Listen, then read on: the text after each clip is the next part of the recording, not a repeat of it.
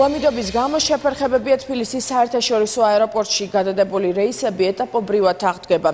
Გვანცა გავაშელი ჩაგორთვება ახლა დეტალებით პირდაპირ ეთერში. Გვანცა რა ვითარება ამ დროისთვის აეროპორტში? მარიამ, თბილისის საერთაშორისო აეროპორტში კვლავ რჩებიან ის მგზავრები, რომლებმაც გუშინ უამიდობის გამო სხვადასხვა მიმართულებით გაფრენა ვერ შეძლეს.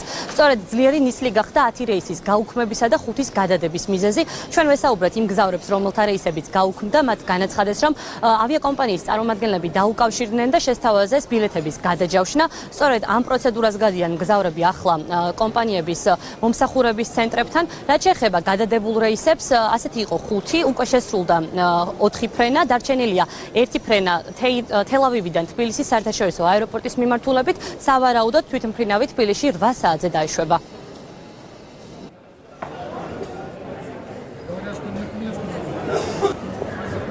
ვიფრინავდი დილას 6-ის ნახევრიანზე სტამბოლში.